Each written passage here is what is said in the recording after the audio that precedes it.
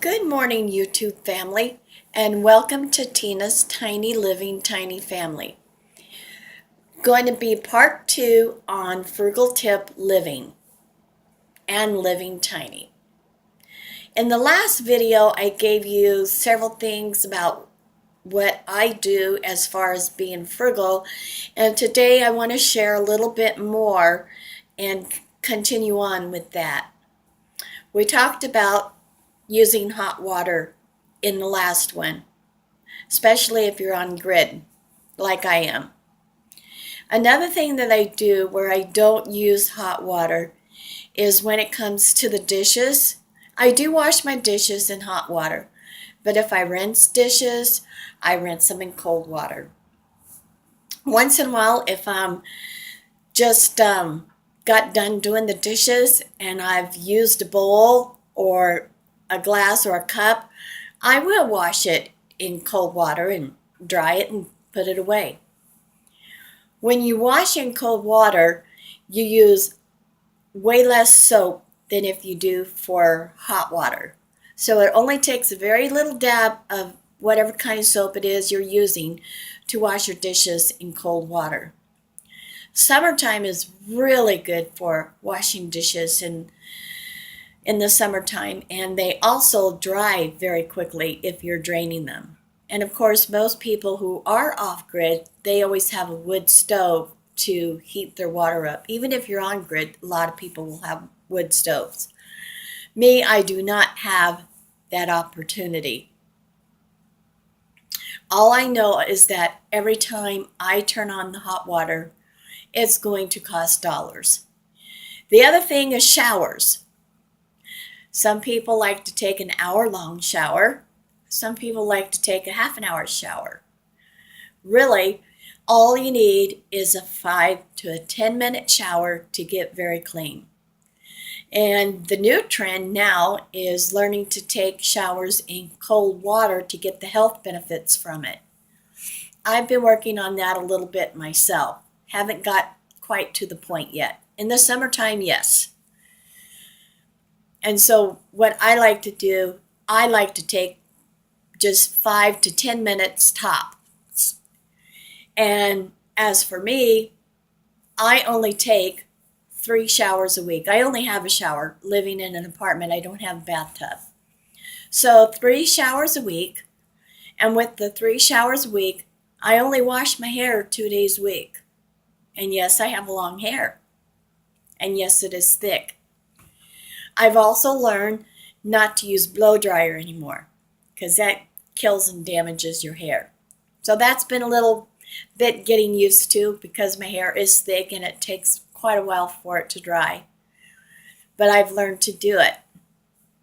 So again, when it comes to turning on that hot water faucet, just always try to think conservatively and think the dollar signs go up on your electric bill.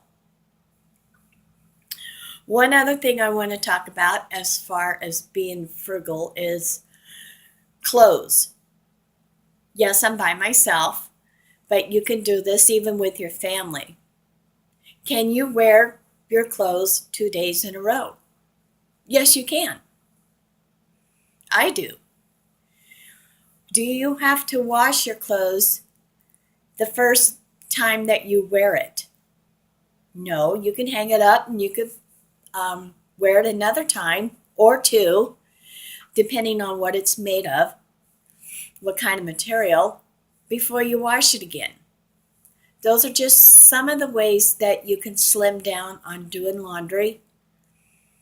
Using the hot water, which in my case, I use all cold water for laundry. And I think a lot of people do. So let's see, what area can we go to next? Food. No matter how hard we try, we still waste food. And I hate to waste food, but it happens. A lot of you who have farms, you give your waste to your livestock. I don't have that choice. So for me, I have to really think about how much I'm going to make and how much I will really eat. And so for me, it's a lot of rewrapping, packaging, and putting in the freezer because I don't can. I have never canned in my whole entire life. I would love to learn how. I'm 58 years old and I've never canned. I've never even really watched anyone do any canning except for all your YouTube videos, which I really enjoy. So for me, really the only options that I have for food storage is dry food storage or the freezer. Now my refrigerator for a 2-room apartment is a family size refrigerator. It's really big. It's an 18 cubic foot. So the freezer part is actually pretty big too. So I do get a lot of storage in that for freezing foods, and I utilize it a lot. And getting organic meat, buying meat at the store, for me, it is rewrapping everything because, you know, if you have these little filet steaks, they come 3 in a pack or whatever. I'm not going to cook 3 of those at one time. So I have to individually wrap everything. Now with the dry food storage, with herbs and flours, organic flours and organic sugars and whatever else we store in dry foods, I have been vacuum sealing those mason jars, which really helps a lot. And I actually have quite a few of those vacuum sealed already. And yes, I still buy canned goods at the store because I don't live on a farm, so therefore I can't raise my own food to do those kinds of things that I would love to do. But these are just a few more ways of being a little bit more frugal.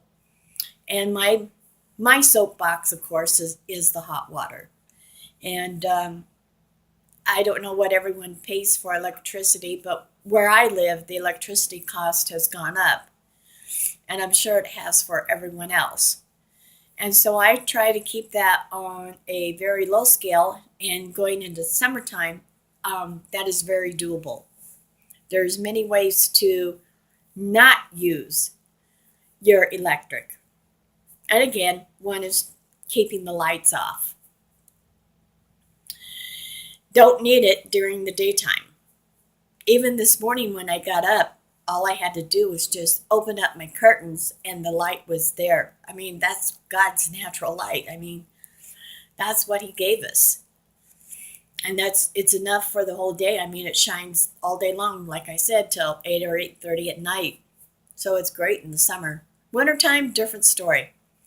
Wintertime, we are turning our lights on between 3 and 5 o'clock because here in the Pacific Northwest, summertime, we stay light 16 hours a day. In the wintertime, we only stay light 8 hours a day. So it totally shifts. It starts shifting in June. So we're coming into June 21st for summer. And then right after that, our days will be getting shorter with our sunlight. So by the time we go back to school in the fall, September and October, before we set our time back, it's getting dark very early. And it's staying dark really late in the morning. So it really changes for us in the Pacific Northwest.